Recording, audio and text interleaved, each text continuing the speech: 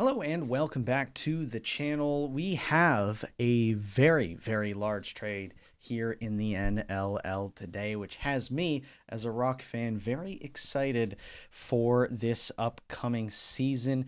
They've made a huge deal to acquire a huge player from the Saskatchewan Rush. We'll take a look at the package, what the Rock have received in turn, and because I am a Rock fan, we're going to take a look at this from mostly a Toronto Rock perspective.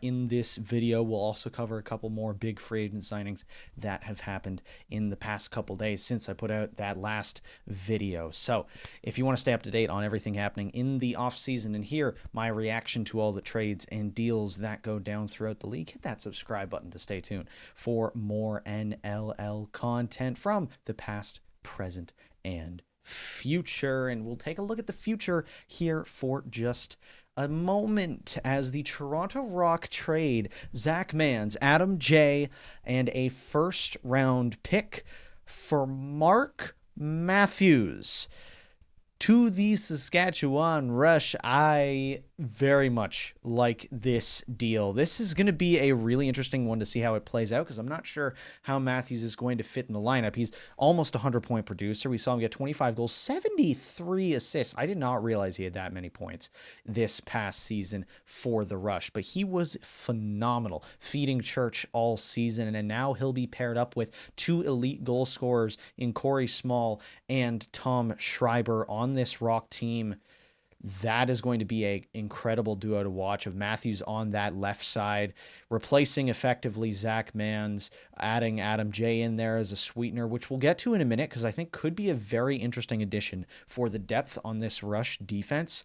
And he could actually be almost the best part of this trade. But we'll get there in just a second. Mark Matthews, that depth chart for the Rock right now, their top five is going to be Tom Schreiber and Stephen Keogh on the right. On the left side, it'll be Mark Matthews, Dan Craig, who I haven't even mentioned yet, and Corey Small. Now, they don't have any other forwards who are really NLL caliber at the moment. I would like to see Josh Dawick as a regular on the Rock lineup. He did look good in the couple games that he played this season, having watched them both myself, or the three of them myself. He did look good.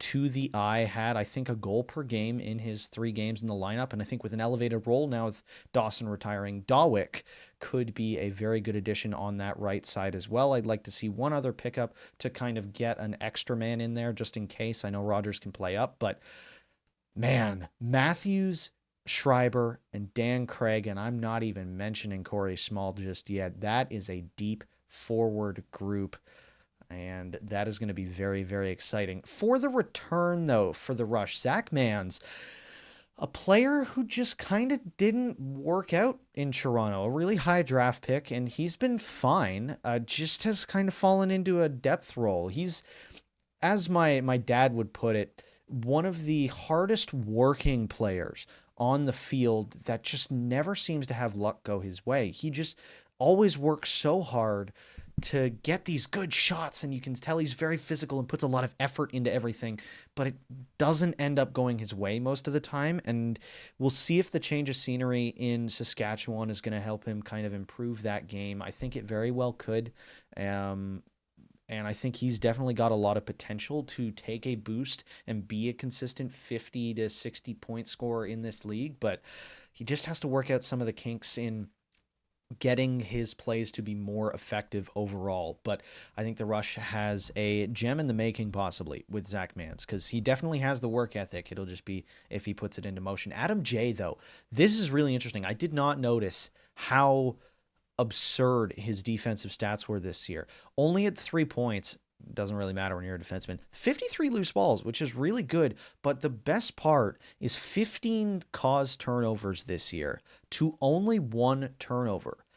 That ratio is by far the best in the NLL, or one of the best in the NLL. He is the highest caused turnovers player, with under 4 turnovers himself in the entire season. The next player with only 1 caused turnover or turnover himself this season was a teammate of his, Chris Weir on the Rock, who had 10.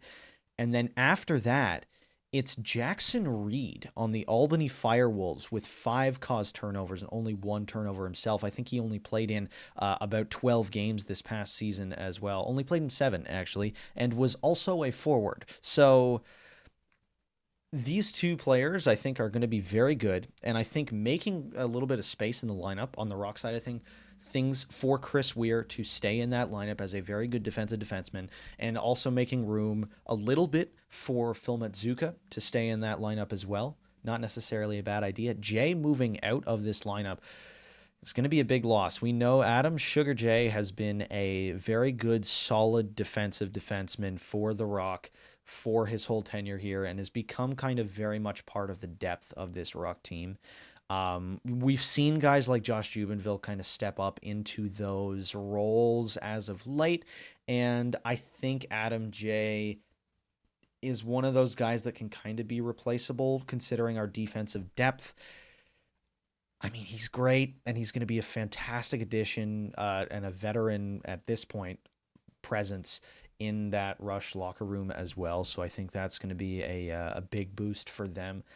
And it's going to be weird to see both of those guys wearing green this next year, but it's definitely going to be weird seeing Matthews wear the red and blue as well. So I very much like this trade for the Rock. As a lot of people say with hockey trades, and as you can say with lacrosse trades as well, I think getting the best player in a deal is always the better part. So I'm going to say at this moment in time that the Rock are definitely the winners of this deal, although they've given up a lot, and we definitely could see that flip in about 5 years if Mans is able to get some footing, if Jay is able to step up and actually be a top 5 defenseman for this Rush team, who has a very stacked defense already, and if that first round pick turns out to be something really, really good. Considering it's next year's first round pick as well, it will be, actually, I should double check to make sure that it is the first round pick from next year. But whatever pick it's going to be, it's probably going to be double digits regardless. So it won't be a super high up pick. It's actually their pick for the draft that is coming up. 12th overall is what it is. It's 2023 first round pick, excuse me. Regardless, not really going for anything this year, so may as well give it to the Rush. If that pick does turn out to be somebody who ends up being really good, and Adam J and Zach Mans also go in this deal, we could see the Rush be the winners down the line. I feel like this is a pretty even trade on face value for what everything is worth at the moment. It really just depends on how much that first round pick swings and how much Zach Mans swings, because there's a lot of potential still left with him that the Rock were not really able to get out of him. And we'll see if he can become a more than 40-point per season scorer on the Rush. That is enough on that trade, though. We got 2 other small things I want to cover here, because it broke immediately after I posted the last video, because of course it would. Reed Bowering signs a 2-year deal with the Vancouver Warriors, and Keegan Ball signing a 1-year deal there. Bowering locking him down for a couple years in Vancouver is huge. He has been an enormous part of this defense and has been incredible for the Vancouver Warriors. Easily one of the best defenders in the entire league, and he's only been in it for a couple of years. So it's good to see him re-sign in Vancouver. And Keegan Ball, obviously a key part of that offense. It's good to see him come back for another season with the Warriors. And he could be a potential trade target at the deadline this year as well. We'll see if he's going to be a name that gets sold. Oh, my nose is itchy. And we may see Austin Shanks on the Thunderbirds also be a trade target at the deadline. He signs a 1-year deal there and has been a very good depth forward for this Thunderbirds team. Has kind of been in and out of the lineup a little bit with some injury over the last couple of seasons, but when he's been on the floor, he's looked great. And especially in the couple games he played against the Rock, he's always a player that's willing to sacrifice the body to make a play. And we've seen that result in some great goals a few times in the past couple of years. So definitely a player that puts in the work. Doesn't have the same kind of like hustle factor as Mans, but a very comparable player in the type of I've just got to outwork the other team to make things work. And he has so far when he's been able to play for Halifax. So definitely like that signing for the Thunderbirds. But that is all that I have time for right now. What I thought would be shorter video, but it is not. It's another 10-minute long boy, but I wanted to really break down this Rock trade, knowing everybody that's in the trade, what I think the impact will be for us as Rock fans, and also what the impact will be, and giving my insight on the guys that are going the other way to the land of black and green in Saskatchewan. So let me know your thoughts on that trade down in the comments section below as well. We'll see what impact those guys have on the future of the Saskatchewan Rush and what Mark Matthews will have on the present of the Toronto Rock. But that is going to be it for today.